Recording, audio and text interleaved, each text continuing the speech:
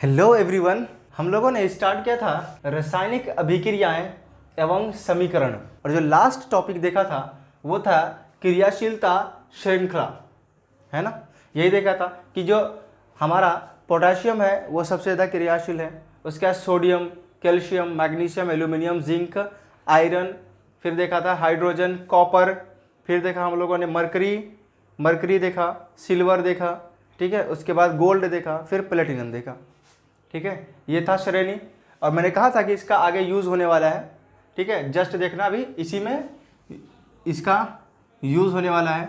कौन सा अभिक्रिया भाई? हम लोगों को पढ़ना है पहले विस्थापन अभिक्रिया। पहले पढ़ना है विस्थापन अभिक्रिया। क्या होता भाई विस्थापन अभिक्रिया? विस्थापन अभिक्रिया एक ऐसा रासायनिक अभिक्रिया है जिसमें एक अधिक क्रियाशील तत्व कम क्रियाशील तत्व को उसके यौगिक से विस्थापित कर देता है। उसे ही हम कहते हैं विस्थापन अभिक्रिया। विस्थापन के नाम पे ही छुपा हुआ है विस्थापन, ठीक है। मतलब उसको हटा देगा, वहां से, उस जगह से हटा देगा उसको, ठीक है। तो लिखिए विस्थापन अभिक्रिया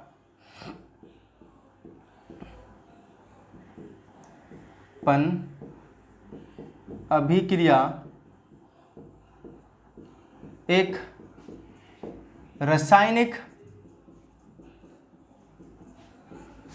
अभिक्रिया है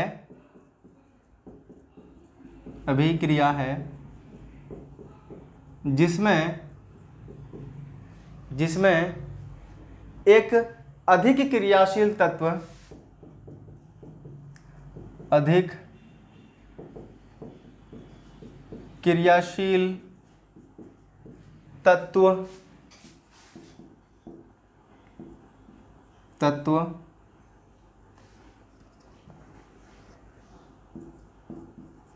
तत्व कम क्रियाशील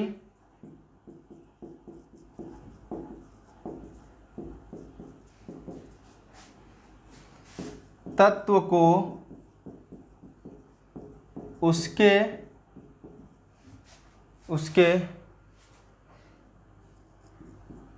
यौगिक से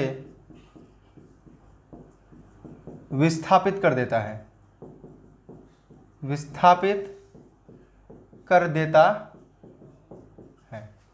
ठीक है भाई। विस्थापित कर देता है, उसे ही हम कहते हैं विस्थापन अभिक्रिया। जैसे इसको आप समझो कि एक तरफ लिया है मैंने P प्लस A और स्मॉल b, ठीक है। तो मान लेते हैं कि जो P है ना ये ज़्यादा क्रियाशील है, किसके तुलना में? A के तुलना में। तो ये जो P है ना A को डिस्प्लेस कर देगा। P जो है ना A को विस्थापित कर देगा उसके यौगिक से। ये यौगिक है AB। जैसे ही विस्थापित करेगा तो ये A बाहर निकल जाएगा, A को घर से दिया निकाल कर, ठीक है। अब बचा क्या घर में? सिर्फ और B, तो P B के साथ रिएक्शन कर लेगा, ठीक है। P A को विस्थापित करके अलग कर दिया और P B के साथ मिलकर एक नया यौगिक बना लिया, ठीक है। समझ गए? चलिए एग्जाम्पल देखते हैं। अभी जस्ट एक एग्जाम्पल हम लोगों ने लिया था लास्ट क्लास में, लिया था CuSO4, ठीक है। इसके साथ लिया था आयरन लिया था शायद, है ना, Fe। देखो भाई ये है Cu और यहाँ है Fe, तो ये ज़्यादा क्रियाशील हुआ, Fe ज़्यादा क्रियाशील हुआ, तो ये क्या करेगा भाई? Cu को रिप्लेस करेगा, Cu को विस्थापित करेगा। तो जैसे ही विस्थापित किया तो बन जाएगा FeSO4 प्लस Cu, ठीक है। ये है मेरा सॉलिड और ये है एक्वस। सॉलिड है, ये है एक्वस, और FeSO4 जो मेरा फॉर्म हुआ है ये भी क्या होगा भाई? एक्वस होगा, और Cu मेरा सॉलिड होगा, ठीक है। और भी ले सकते हैं, मान लिया मैं ले लिया CuSO4 और इधर ले लिया जिंक,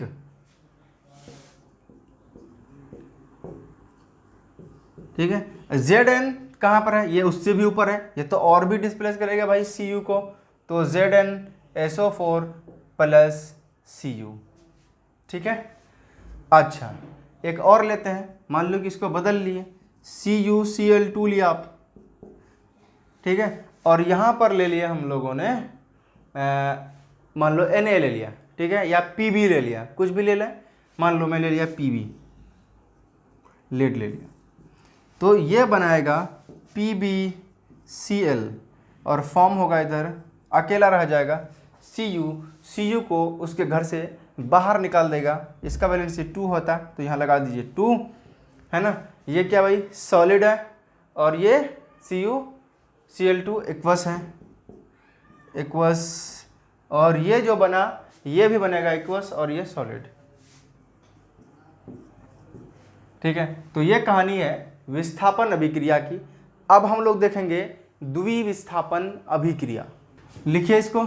चलिए अब हम लोग समझेंगे अपना नेक्स्ट टॉपिक, द्विविस्थापन अभिक्रिया। देखिए इसका नाम को आप पढ़ेंगे ना, आपको थोड़ा बहुत तो समझ आ जाएगा। द्वि मतलब दो, विस्थापन अभिक्रिया मतलब यहाँ पे दो जगह विस्थापन होगा एक ही रिएक्शन में। कैसे, देखो इसमें क्या होता है, देखो सबसे पहले हम लोग लिखेंगे इसको, ये लिखा P और ये है Q और A और ये है मेरा B। ठीक है, इसमें क्या होता है कि इस कंपाउंड का, इस यौगिक का एक तत्व वो क्या करेगा भाई, इस यौगिक के एक तत्व को विस्थापित कर देगा, और ये जो तत्व है वो उसके जगह को ले लेगा।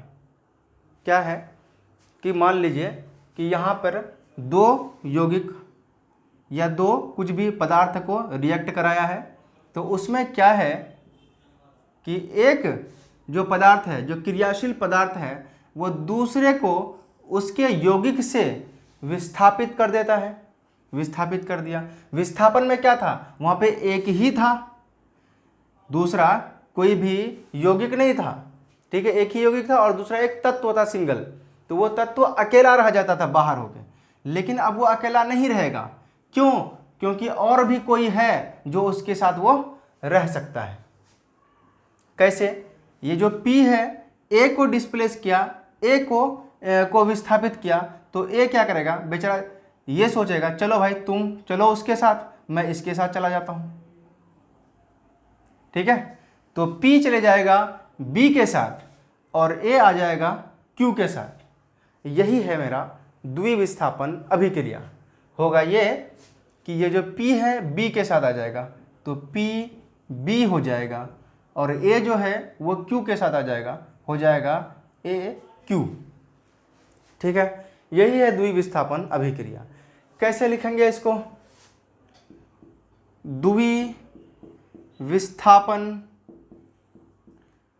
अभिक्रिया एक रासायनिक अभिक्रिया है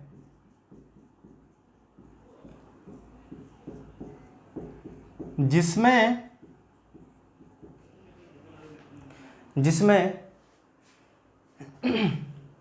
दो यौगिकों के आयन, दो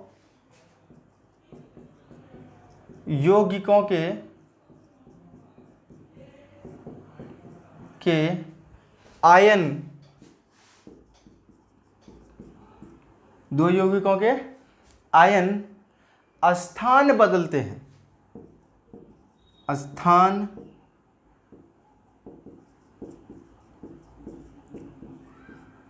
बदलते हैं। क्या बदला भाई, स्थान बदलते हैं और दो नए यौगिक बनाते हैं, और दो नए यौगिक बनाते हैं। चलिए एग्जाम्पल लेते हैं और भी अच्छे तरीके से समझ आएगा। अगर मैं एग्जाम्पल लूँ किसका, सोडियम सल्फेट और barium chloride, sodium sulphate Na2SO4 plus BaCl2, इसका मैं रिएक्शन कराऊं, ये भी एक्वस और ये भी एक्वस, जिसमें मतलब पानी में घुला होगा, ठीक है, उसका मतलब क्या एक्वस है, पानी में घुला होगा। चलिए Na2SO4 और BaCl2 लिया। सोडियम सल्फेट इसको कहते हैं हम लोग, क्या बोलते हैं, sodium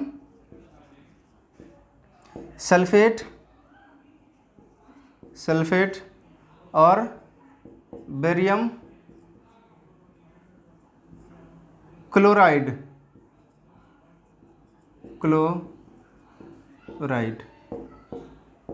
sodium sulphate, barium chloride. अब देखो यहाँ पर क्या होगा कि ये जो B है Na के प्लेस को लेगा और Na Ba के प्लेस को लेगा। तो देखो भाई हो जाएगा BaSO4 प्लस NaCl के साथ आ जाएगा, तो हो जाएगा NaCl, ठीक है, NaCl, ठीक है। यहाँ तक ये बन जाएगा मेरा सॉलिड और ये होगा एक्वस, ठीक है। तो ये था द्विविस्थापन अभिक्रिया, है ना। अब हम लोग देखेंगे नेक्स्ट ऊष्माक्षेपी और ऊष्माशोषी। ऊष्माक्षेपी क्या होता है और ऊष्माशोषी क्या होता है, इसको समझेंगे।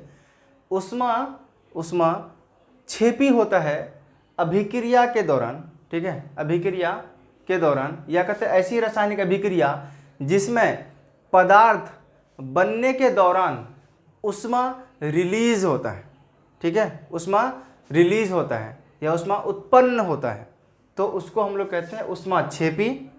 और किसी अभिक्रिया के दौरान, ठीक है, किसी के अभिक्रिया के दौरान अगर ऊष्मा की ज़रूरत पड़ती है तब उसको कहते हैं ऊष्माशोषी। दो चीज़, मान लो अभिक्रिया हुआ ना, तो उत्पाद के तौर पर पदार्थ के साथ साथ एनर्जी भी रिलीज हुआ, ठीक है, एनर्जी, ऊर्जा भी रिलीज हुआ।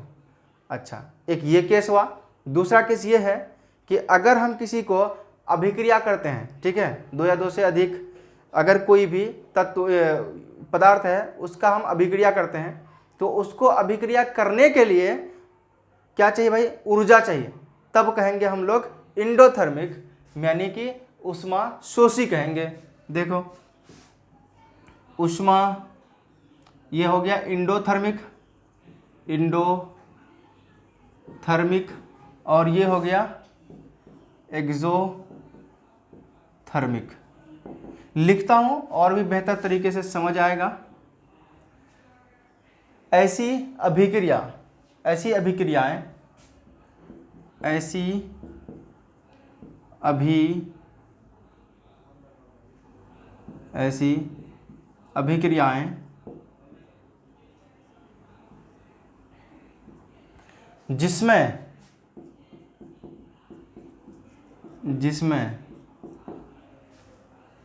जिसमें पदार्थ के बनने के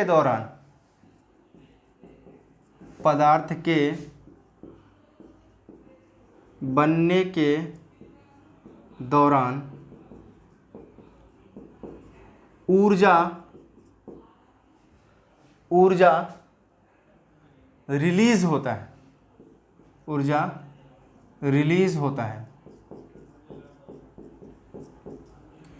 ठीक है, उसको कहते हैं ऊष्माक्षेपी। एग्जाम्पल जैसे हम लोग ले सकते हैं एग्जाम्पल में कोल का जलना, ठीक है, कोल का जलना, इसमें हो क्या रहा है, कार्बन प्लस ऑक्सीजन, ठीक है, और बनाएगा CO2 प्लस, यहाँ पर निकलता है क्या भाई, ऊष्मा। यही ने लिखा है कि बनने के दौरान ऊष्मा मतलब कोई ना कोई ऊर्जा रिलीज होता है, देखो यहाँ पे बनने के बाद क्या हुआ, ऊर्जा रिलीज हुआ, ठीक है। इसी जगह से हम लोग एक और ले सकते हैं एग्जाम्पल, जैसे नेचुरल गैस का जलना। प्राकृतिक प्राकृतिक प्राकृतिक गैस का जलना CH4 प्लस O2। अब ये जो फॉर्म करेगा वो करेगा CO2 प्लस H2O प्लस ऊष्मा। ठीक है, तो यहाँ पर भी ऊर्जा निकला। अब इसी तरह से हम लोग एक और ले सकते हैं, और क्या ले सकते हैं भाई, CaO प्लस वाटर। जब हम बिना बुझा चूना को पानी के साथ मिलाएंगे तो बनाएगा बुझा हुआ चूना और साथ साथ ऊष्मा। ठीक है, तो यहाँ भी ऊर्जा रिलीज हो रहा है। मतलब उत्पाद जब बनेगा तो उत्पाद के साथ कुछ न कुछ एनर्जी, ऊर्जा रिलीज होगा। अब इसमें देखते हैं, इसमें क्या होगा, ऐसी अभिक्रियाएं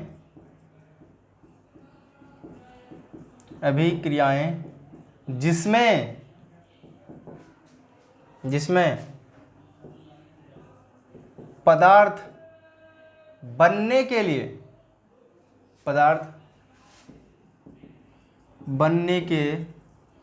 लिए ऊष्मा की ज़रूरत पड़ती है। ठीक है, उसको हम लोग कहते हैं ऊष्मा शोषी कहते हैं। जैसे एग्जाम्पल मान लो कि वाटर है, जब इसमें हम लोग विद्युत पास करते हैं, ठीक है, इलेक्ट्रिसिटी पास करते हैं, तो H2 और O2 गैस मिलता है। ठीक है, तो यहाँ पर हुआ क्या, यहाँ पे ऊर्जा इसको चाहिए, ऊर्जा चाहिए, क्या बोल रहा भाई, इसको ऊर्जा की ज़रूरत होती है। यहाँ पे ऊर्जा उत्पन्न होता था। ठीक है, चलो अब नेक्स्ट हम लोग क्या लेंगे भाई, नेक्स्ट हम लोग कैल्शियम कार्बोनेट ले सकते हैं। कैल्शियम कार्बोनेट को जब हम लोग करेंगे हीट, ठीक है, ऊष्मा देंगे, तो ये टूट कर calcium oxide plus carbon dioxide बनाएगा। तो यहाँ पर क्या है, इसको टूटने के लिए ऊष्मा की ज़रूरत है। उत्पाद में नहीं है ज़रूरत, उत्पाद में देख रहे हो नहीं, लेकिन इसको टूटने के लिए ऊष्मा की ज़रूरत पड़ती है। तो ये है ऊष्मा शोषी। जल्दी से इसको आप लोग लिखिए, मैं साइड हो जाता हूँ। हो गया, चलिए अब हम लोग देखेंगे उपचयन एवं अपचयन क्या होता है भाई।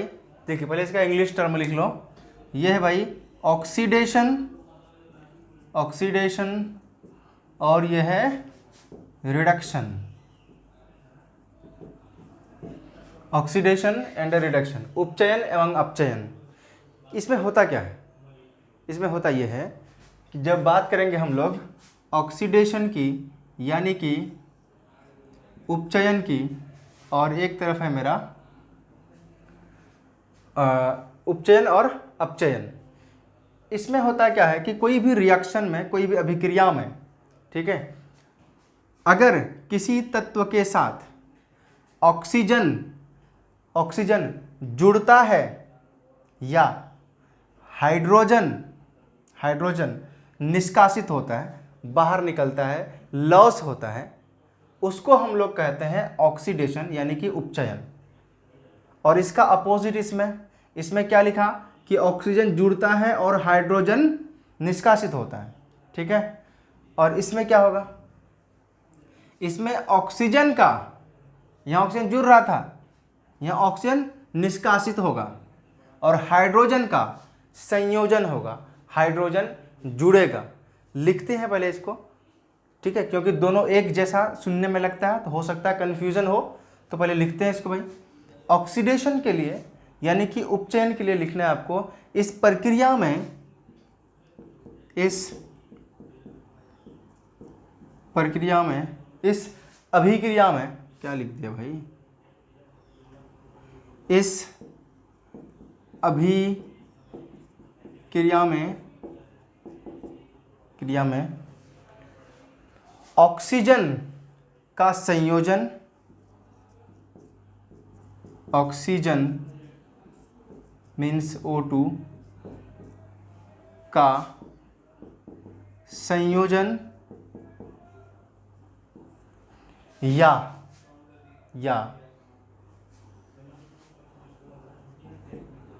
हाइड्रोजन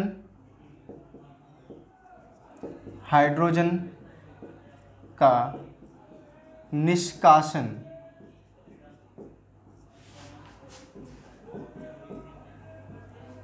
हाइड्रोजन का निष्कासन होता है। तो आपको समझना है कि वहाँ पर हो क्या रहा है भाई, उपचयन हो रहा है। और इसके लिए बिल्कुल अपोजिट करिए, इस अभिक्रिया में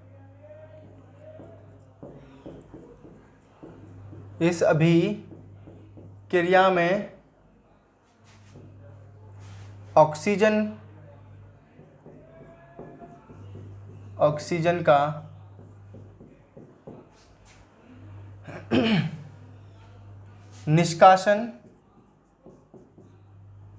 का निष्कासन तथा या हाइड्रोजन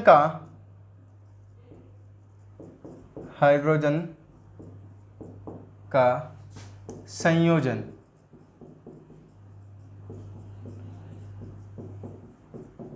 होता है।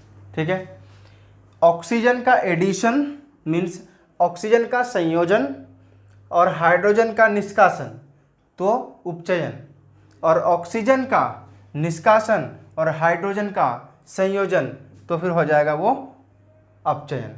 एग्जाम्पल लेते हैं और भी बढ़िया तरीके से समझ आएगा। लिखिए एक जगह CuO, मान लीजिए यहाँ है क्या, Cu प्लस O फॉर्म करा CuO। ठीक है, तो Cu के साथ क्या जुड़ा, ऑक्सीजन जुड़ा ना, तो हम लोग यहाँ पर क्या लिखेंगे, यहाँ पर क्या हुआ है, ऑक्सीजन का संयोजन, ऑक्सीजन का संयोजन हुआ है। ठीक है, तो इसका मतलब यहाँ पर हो क्या रहा है भाई, उपचयन हो रहा है, उपचयन हो रहा है। ठीक है, और एग्जाम्पल मान लो कि Zn है प्लस O, ये फॉर्म करा ZnO, यहाँ पर भी Zn के साथ ऑक्सीजन जुड़ रहा है, तो यहाँ पे भी लिखेंगे ऑक्सीजन का संयोजन, ऑक्सीजन का संयोजन, तो ये भी हो गया उपचयन। ठीक है, और भी कुछ हो सकता है। चलिए अब हम लोग देखेंगे अपना नेक्स्ट एक एग्जांपल और लेते हैं। H3S लिया, क्या लिया भाई, H2S प्लस इसके साथ हम लोग लेंगे क्लोरीन Cl2 और ये फॉर्म करेगा HCl और S हो जाएगा अलग, HCl फॉर्म करेगा। ठीक है, और S हो जाएगा अलग। देखो यहाँ पर एक चीज़, S से हाइड्रोजन बाहर गया है, H से हाइड्रोजन निकला है, तो हम लोग यहाँ पर क्या लिखेंगे, रिमूवल ऑफ हाइड्रोजन, हाइड्रोजन का निष्कासन, हाइड्रोजन का निष्कासन। ठीक है, जब हाइड्रोजन का निष्कासन होगा तो उसको हम लोग बोलते हैं उपचयन। अब इसका कुछ एग्जाम्पल हम लोग लिखते हैं रिडक्शन का। इसमें ले सकते हैं हम लोग CuO plus H2, CuO plus H2, ये फॉर्म करेगा H2O plus Cu, H2O plus Cu।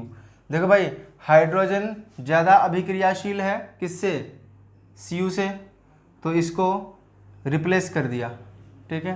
तो बताओ Cu क्या खोया है, ऑक्सीजन खोया है, ठीक है, ऑक्सीजन खोया है, मीन्स यहाँ पे क्या हुआ, ऑक्सीजन का निष्कासन हुआ है। ऑक्सीजन का निष्कासन क्या है, रिडक्शन।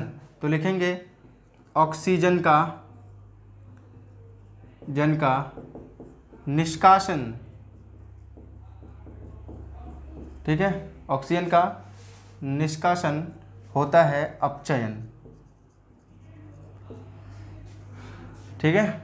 और भी एग्जाम्पल ले सकते हैं, क्या लेंगे भाई, एक एग्जाम्पल लीजिए H2 plus Cl2, H2 plus Cl2 form करेगा HCl। तो यहाँ पर देखिए हाइड्रोजन का एडिशन हुआ है, हाइड्रोजन का एडिशन हुआ है, ठीक है,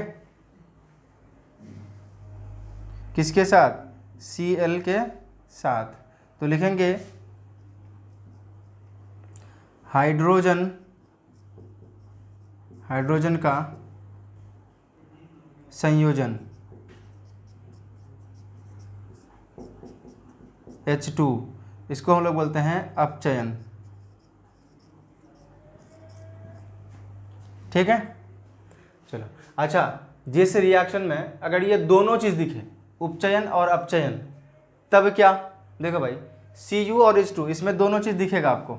देखो यहाँ पर क्या हुआ, ऑक्सीजन का निष्कासन हुआ है, और यहाँ पर क्या होगा, ऑक्सीजन का एडिशन हुआ है, संयोजन हुआ है।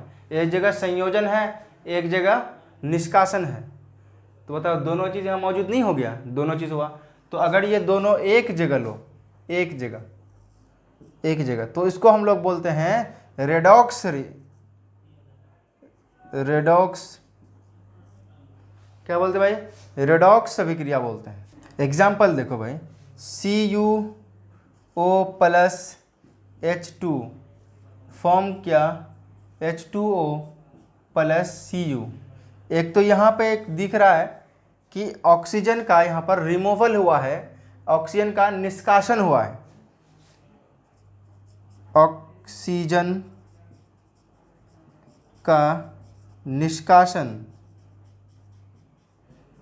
का निष्कासन, तो यहाँ पर मेरा हुआ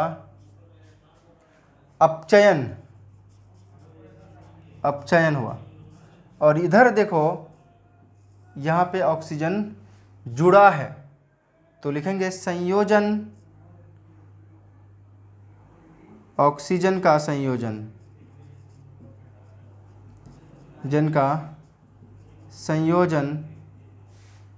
कहलाता भाई उपचयन, ठीक है। देख लिए दोनों एक साथ भी हो सकता है, ठीक है, एक साथ होता है तो हम लोग बोलते हैं रेडॉक्स बोलते हैं, ठीक है। तो उपचयन और अपचयन ये दोनों ही कंप्लीट हो गया।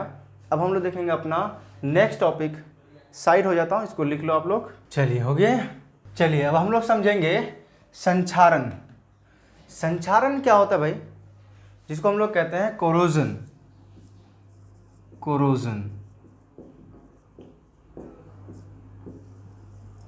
संक्षारण, ठीक है। ये ऐसी प्रक्रिया है जिसमें कोई भी पदार्थ या फिर कोई भी धातु या कोई भी पदार्थ वो वातावरण से अभिक्रिया कर, वातावरण से, जैसे वातावरण में क्या भाई, ऑक्सीजन है, ठीक है, मान लो कि यहाँ पर पानी आ गया, उसके साथ कोई एसिड है, उसके साथ अभिक्रिया कर धीरे धीरे नष्ट हो जाता है, धीरे धीरे नष्ट हो जाती है, जिसे अक्सर जंग या धूमिलता कहते हैं, ठीक है। वो हो गया कोरोजन। जैसे एग्जाम्पल समझो आप, आयरन है, जैसे लोहा, ठीक है, लोहा का कुछ लोग देखते हैं ना ग्रिल बनाता है, ग्रिल, ठीक है, तो एक टाइम के बाद देखेंगे कि उसमें जंग पकड़ लेता है और वो धीरे धीरे टूटने लगता है ना। क्यों ऐसा हुआ, क्योंकि वो हमारे जो वातावरण में मौजूद ऑक्सीजन है ना, उससे वो अभिक्रिया कर एक परत बना लिया अपने ऊपर, और ये कंटिन्यूस चलते रहता है और वो ब्रेक होते जाता है, टूटते जाता है। जो आयरन था ओरिजिनल में, अब वो क्या होने लगा है, क्षय होने लगा उसका, ठीक है। क्यों, क्योंकि वो अभिक्रिया कर लिया किसके साथ, ऑक्सीजन के साथ वातावरण में, है ना। तो संक्षारण को लिखेंगे कैसे? लिखेंगे संक्षारण वह प्रक्रिया है, संक्षारण वह प्रक्रिया है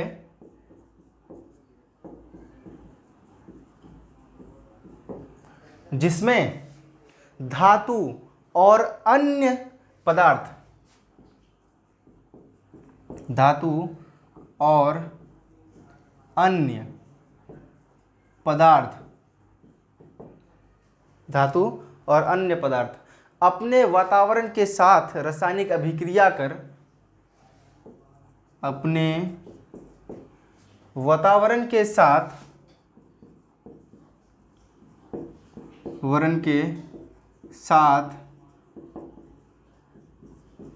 अभिक्रिया कर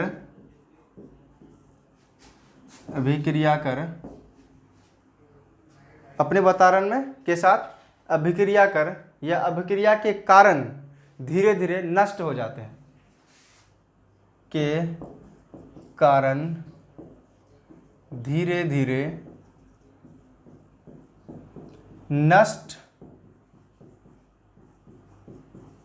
हो जाते हैं, धीरे धीरे नष्ट हो जाते हैं, जिससे अक्सर जंग या धूमिलता होती है, जिससे अक्सर जंग या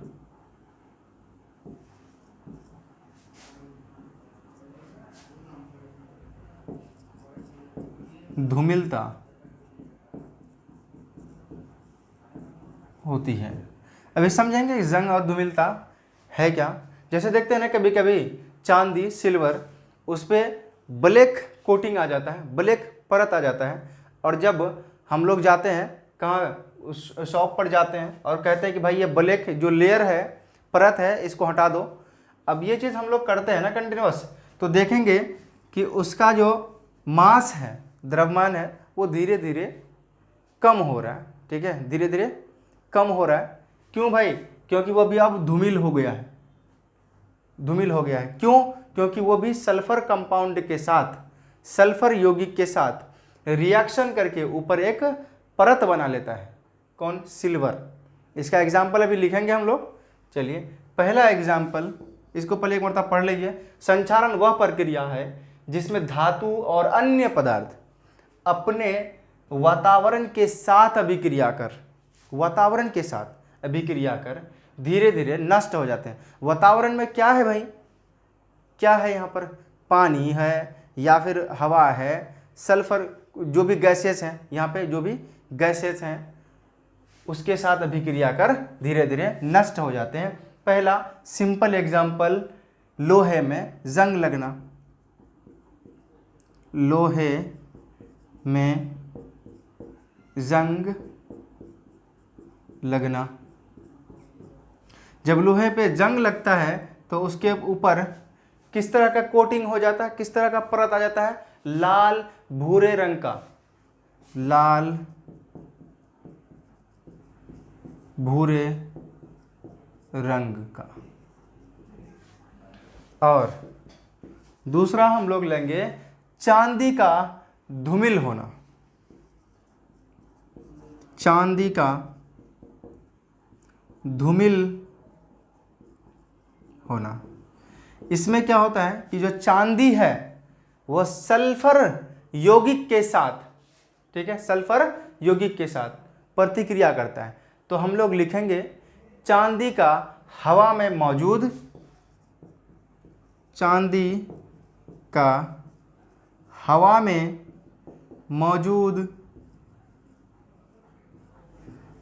सल्फर यौगिक, सल्फर यौगिकों के साथ अभिक्रिया करके, साथ अभिक्रिया करके, अभिक्रिया करके सल्फाइड परत बना लेता है, सल्फाइड परत बना लेता है। यह परत कैसा होता है भाई? यह परत कैसा होता है? कौन सा परत बना लिया भाई? ये काला कलर का होता है परत, ठीक है। परत बनाता है कैसा? ब्लैक, ठीक है। और एक और है तांबे, तांबे का भी संक्षारण होता है, ठीक है। तो तांबे का संक्षारण लिख लीजिए, तांबे का संक्षारण, ठीक है। ये भी इसका एग्जाम्पल है, इसको लिखिए। फिर हम लोग देखेंगे विकृत गंधिता, हो गया। इसमें लिख लीजिएगा काला सल्फाइड का परत, ठीक है। ये आ जाता है इस पे। अब हम लोग समझेंगे अपना नेक्स्ट पॉइंट क्या है। विकृत गंधिता, इसको हम लोग बोलते हैं रेंसिडिटी। रेंसिडिटी ये क्या होता है भाई? रेंसिडिटी या विकृत गंधिता होता क्या है? एक्चुअली कोई भी तेल नुमा या फिर वसा नुमा कोई भी फूड है, भोजन है, ठीक है, उसमें क्या आ जाना? गंध आ जाना, उसका खराब हो जाना ही क्या होता है? विकृत गंधिता होता है, ठीक है। सिंपल वह प्रक्रिया जिसमें किसी खाद्य पदार्थ विशेषकर तेल और वसा क्या हो जाता है भाई? खराब हो जाना। इसका क्या? खराब हो जाना, जिसमें उसमें तीव्र दुर्गंध आ जाता है, या तीव्र दुर्गंध और स्वाद में विकृत हो जाना, ठीक है, वो कहलाता है विकृत गंधिता, ठीक है। क्या है भाई? सिंपल कि कोई भी वसानुमा, ठीक है, वसायुक्त या फिर कोई भी तेलनुमा कोई भी भोजन है, वो एक टाइम के बाद खराब होने लगता है और उसमें गंध आ जाता है, वही है मेरा रेंसिडिटी या विकृत गंधिता, ठीक है। ऐसा क्यों होता है ये प्रक्रिया में? ऐसा इसलिए होता है जब वसा या तेल किसके? ऑक्सीजन या नमी या फिर कोई बैक्टीरिया के संपर्क में आता है ना, तो ये खराब होने लगता है। तो लिखेंगे वह प्रक्रिया जिसमें किसी खाद्य पदार्थ, वह प्रक्रिया जिसमें किसी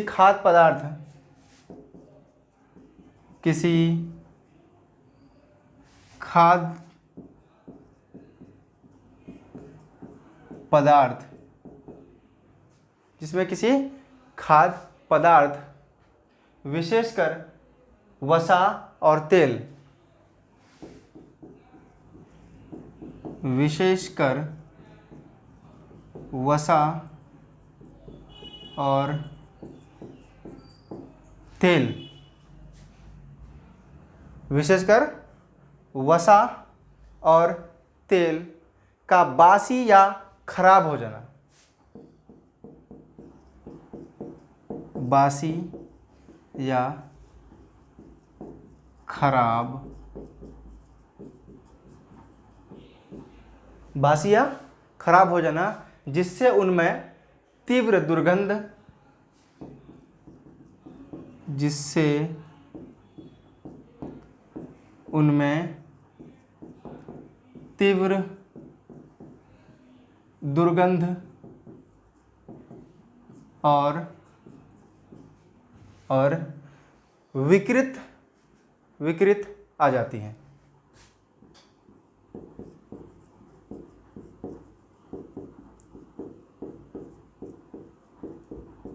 ठीक है, इसको बोलते हैं हम लोग विकृत गंधिता यानी कि रेंसिडिटी। इससे बचा कैसे जाए, प्रिवेंट कैसे होगा? तो ये हो सकता है भाई प्रिवेंशन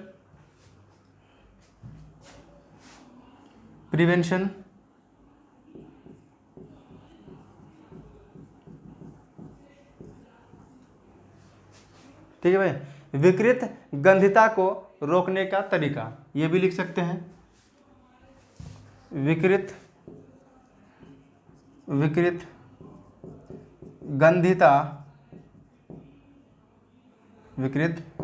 गंधिता को रोकने का तरीका।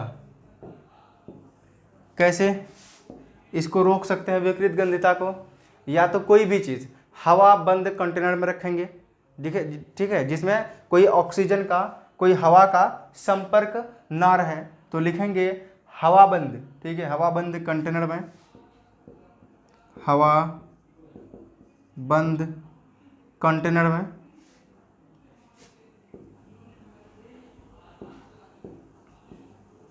कंटेनर में, ठीक है। और दूसरा, उसको नाइट्रोजन गैस के साथ रखेंगे। देखो भाई, जैसे चिप्स देखे होगे, कुरकुरे देखे होगे, उस पर क्या होता है, उसके अंदर एक गैस होता है, जो कौन सा गैस है? नाइट्रोजन गैस, है ना, जो फूड को खराब होने से रोकता है, विकृत होने से रोकता है। तो हम लोग लिखेंगे नाइट्रोजन गैस का उपयोग करें, नाइट्रोजन गैस का उपयोग करके। और सामान को रेफ्रिजरेटर में रख सकते हैं। इससे क्या होगा, अगर वो खराब होगा भी तो वो धीरे धीरे होगा, धीरे धीरे। तो रेफ्रिजरेटर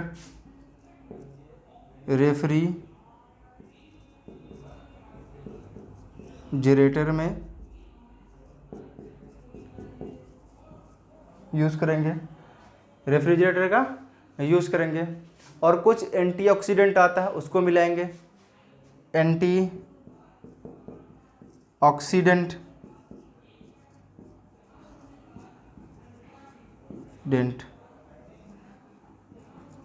का यूज़ करेंगे, का इस्तेमाल करेंगे, ठीक है।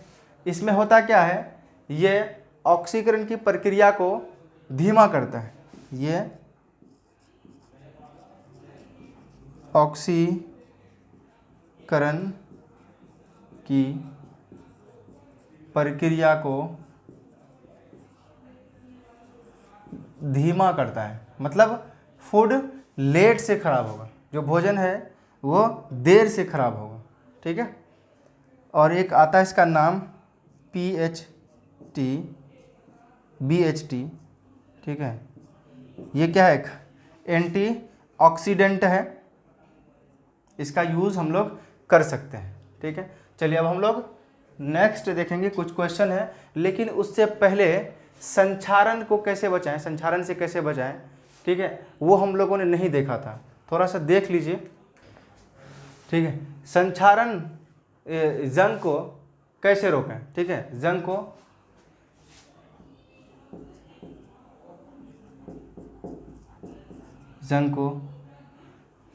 को कैसे रोकें।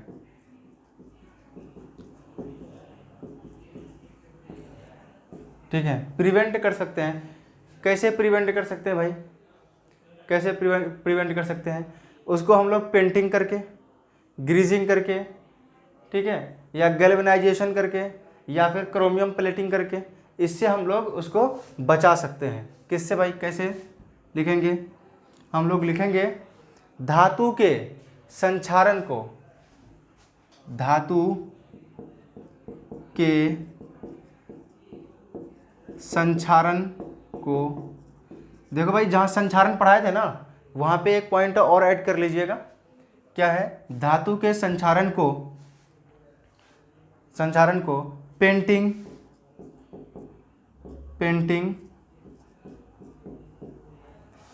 करके, ग्रीजिंग करके,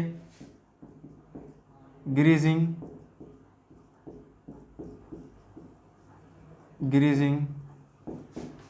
एक होता है गैल्वेनाइजेशन, और एक होता है क्रोमियम प्लेटिंग, क्रोमियम की परत,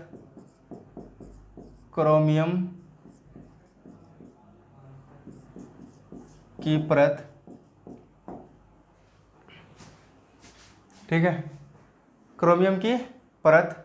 और मिश्र धातु द्वारा रोका जा सकता है, मिश्र धातु द्वारा रोका जा सकता है।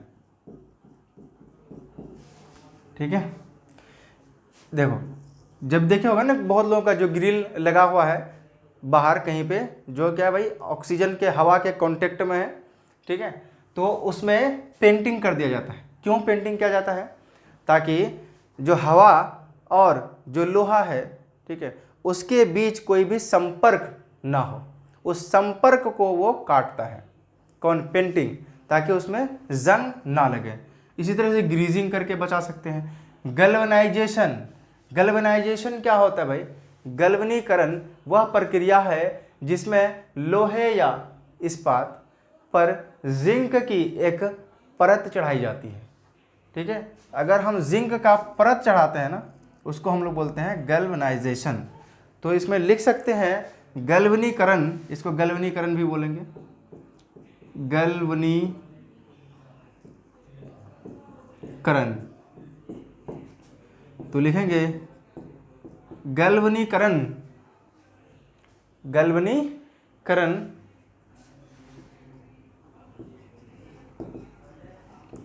वह प्रक्रिया है जिसमें आयरन, जिसमें लोहा या इस्पात पर, लोहा या इस्पात पर जिंक का परत चढ़ाया जाता है।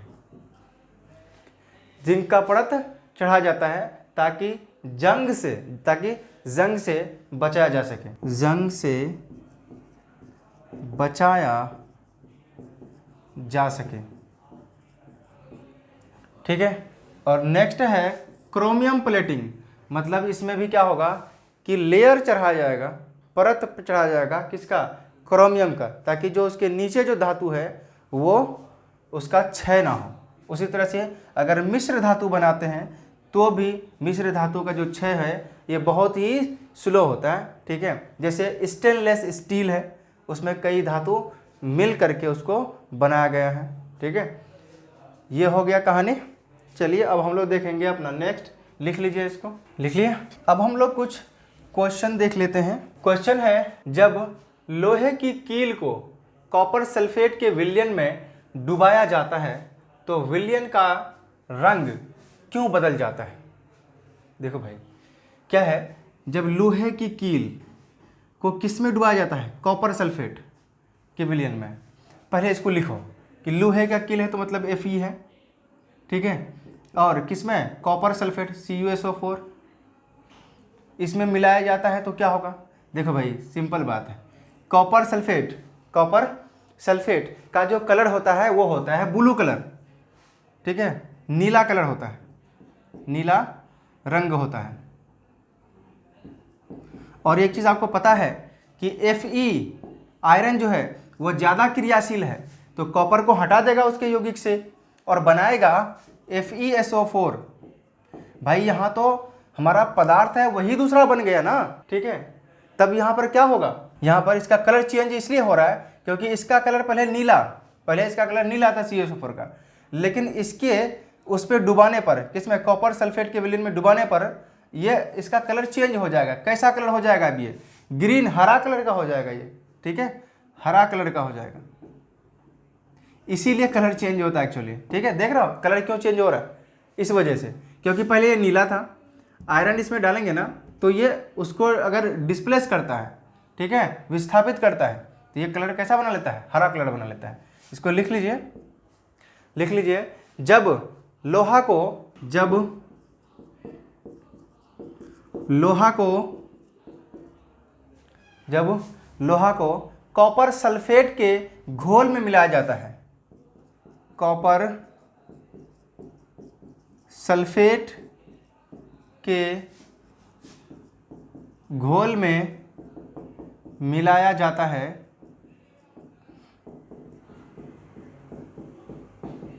कॉपर सल्फेट के घोल में मिलाया जाता है, तो लोहा तो लोहा कॉपर सल्फेट, तो लोहा कॉपर सल्फेट के घोल में उपस्थित कॉपर सल्फेट, तो लोहा कॉपर सल्फेट के घोल में उपस्थित कॉपर को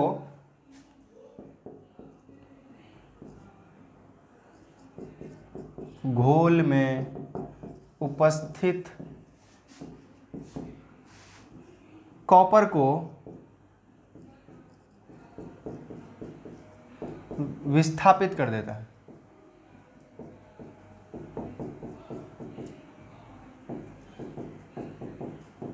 ठीक है, कॉपर को विस्थापित कर देता है उसके यौगिक से और विस्थापित कर आयरन सल्फेट बना लेता है, और आयरन सल्फेट बना लेता है।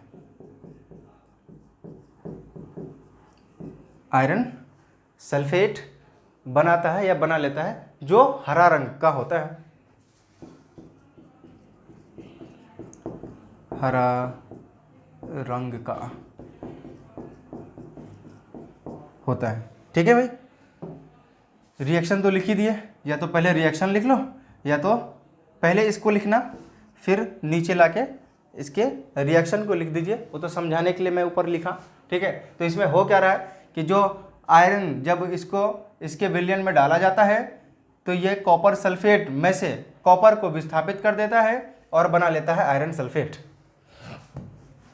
जो किस कलर का है, हरा कलर का है। चलिए अब हम लोग समझेंगे अपना जो नेक्स्ट क्वेश्चन क्या है भाई, क्रियाकलाप 1.10 से भिन्न द्विविस्थापन अभिक्रिया का एक उदाहरण दीजिए। एक सिंपल समझो भाई, एक द्विविस्थापन अभिक्रिया का एग्जाम्पल देना है। ठीक है, लिखिए एक एग्जाम्पल, Na2 कोई भी लेते हैं, सोडियम कार्बोनेट, उसके साथ लेते हैं कैल्शियम क्लोराइड। ठीक है, सोडियम कार्बोनेट प्लस CaCl2, तो बनाएगा NaCl के साथ मिल जाएगा और Ca इसके साथ, तो होगा CaCO3 प्लस NaCl। आप लोग देख लेना क्रियाकलाप 1.10 में कौन सा रिएक्शन है। ठीक है, आई थिंक ये तो नहीं होगा। ठीक है, तो Na2CO3 कैल्शियम सोडियम कार्बोनेट, ठीक है, और उसके साथ कैल्शियम क्लोराइड, ये दोनों मिल करके क्या फॉर्म करता है भाई, कैल्शियम कार्बोनेट और सोडियम क्लोराइड। इसमें दोनों क्या है, दोनों एक्वस है, दोनों यहाँ पे एक्वस है और ये भी एक्वस है, और यहाँ पर ये हो गया सॉलिड और वो हो गया एक्वस। ठीक है, नाम भी लिख सकते हैं उसके नीचे। अब देखिए क्वेश्चन है, निम्न अभिक्रियाओं में उपचयित और अपचयित पदार्थों की पहचान कीजिए। उपचयित और अपचयित, देखो भाई 1 में क्या है, 4Na, ये सॉलिड है, प्लस O2, ये है हमारा गैस, और फॉर्म हो गया Na2O, ये हो गया सॉलिड। देखो एक चीज़ यहाँ पे दिख रहा है, सोडियम के साथ ऑक्सीजन का एडिशन हो रहा है। ठीक है, तो हम लोग यहाँ पे क्या लिखेंगे, लिखेंगे इस पे ऑक्सीजन का संयोजन, यहाँ पर हुआ क्या, ऑक्सीजन का संयोजन हुआ, तो इसको हम लोग बोलेंगे कि उपचयित, उपचयन। एक लाइन लिखिए, यहाँ सोडियम का, यहाँ सोडियम सोडियम यहाँ पे उपचयित हुआ है। ठीक है, या ऑक्सीकृत हुआ होता है, यहाँ पे सोडियम उपचयित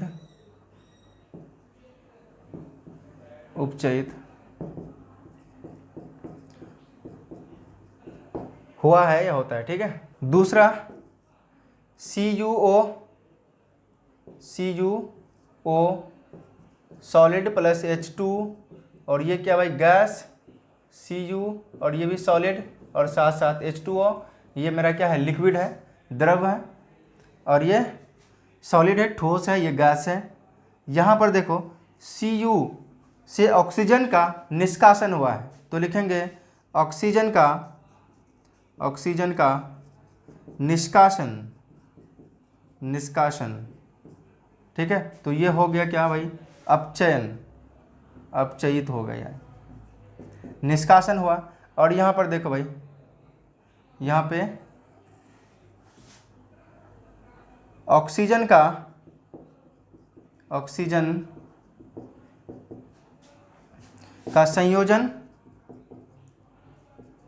संयोजन और यहाँ पर हो गया उपचयन या उपचयित।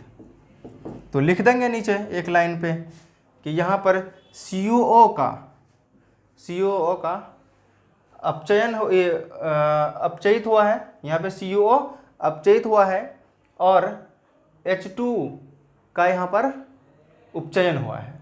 ठीक है, तो लिखेंगे यहाँ CuO का अपचयन और H2 का उपचयन। ठीक है, तो ये दो चीज़ें थी। आज का क्लास यहीं तक रखते हैं। अब हम लोग नेक्स्ट स्टार्ट करेंगे एक्सरसाइज के सारे क्वेश्चन, जो बहुत ही इंपॉर्टेंट होने वाला है। ठीक है, तो मिलते हैं अपने अगले क्लास में।